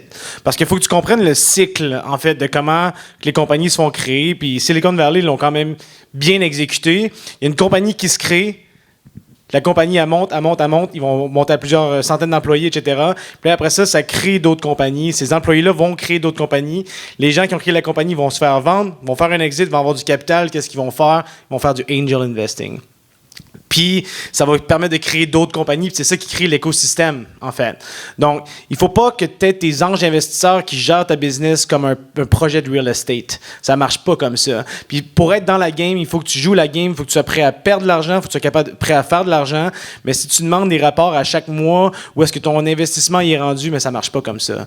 Donc, ce qui manque vraiment, selon moi, à Montréal, puis je pense que Montréal, on est vraiment bien comparativement aux autres villes canadiennes, pour être bien franc, mais ce qui manque, c'est des entrepreneurs qui ont eu des exits pour être capable de créer cet écosystème-là. Puis je pense que ça s'en vient, des entrepreneurs il y a des belles compagnies au Québec, mais il faut qu'ils se fassent vendre pour être capable de justement là, créer le cycle d'angel investing, etc. Parce que ça, je pense que les anges jouent quand même un rôle important. Moi, j'ai peut-être je viens de penser à ça, OK? Fait que là, on brainstorm. Mais je réfléchissais à ça, puis, tu sais, c'est arrivé souvent, là, puis peut-être que c'est la même chose pour vous. Tu sais, tu as des programmes de financement, fait que, tu sais, gouvernementaux, etc., fait que tu as de l'argent disponible, mais la façon d'aller chercher cet argent-là est peut-être pas optimale pour notre type de structure, tu sais, de genre ressources limitées, puis temps limité, puis qui veut aller vite, man, puis qui veut avoir accès au capital pour croître rapidement, puis... Fait que, tu sais, je me dis, genre, mettons... Je suis 100% d'accord avec ton point. Genre, plus d'entrepreneurs à succès qui réinvestissent aussi. Puis, je sais pas s'il y aurait une façon de combiner ça avec des entrepreneurs à succès qui prennent des rôles presque politiques là, au niveau des programmes de subvention puis tout ça. Tu sais, genre qui advocatent pour comme des changements puis tout ça. Merci. My man. Non, mais c'est vrai, parce que je me dis, crime, ces gens-là, ils comprennent le struggle, ils ont passé par ce chemin-là, puis il y en a une certaine partie de l'argent qui est accessible, mais c'est juste de faire en sorte que ce soit cohérent. Tu parlais de rapports puis d'affaires, non? Sacrement, man, j'en ai tellement rempli des pages et des pages d'asti de bullshit, for real, juste pour avoir le cash, parce que j'en ai fucking besoin, man! Puis, tu sais, on l'a tout fait, là. On l'a tout fait, puis on le sait, hein. Fait que, genre, tu sais, quelqu'un qui pourrait arriver là-dedans puis brasser le truc puis faire comme là, OK, là, bon, si tu sais pas comment ça marche, Claire, toi, puis genre, on va mettre du monde qui savent comment ça marche puis on va faire en sorte que ça soutient pour vrai les entreprises, de façon directe. Puis que c'est pas juste genre pour flasher, que là, ça a un impact concret. Là. En tout cas, c'était peut-être un hot take, là, je sais pas trop. C'est un hot take, bravo! Thanks, ça. Je pense que c'est comme une excellente façon de peut-être clore l'événement. Et je veux juste vous remercier, les gars, pour votre ouverture, votre franchise, transparence radicale. J'ai vraiment apprécié. Donc, peut-être une autre main d'applaudissement pour les 4 gars.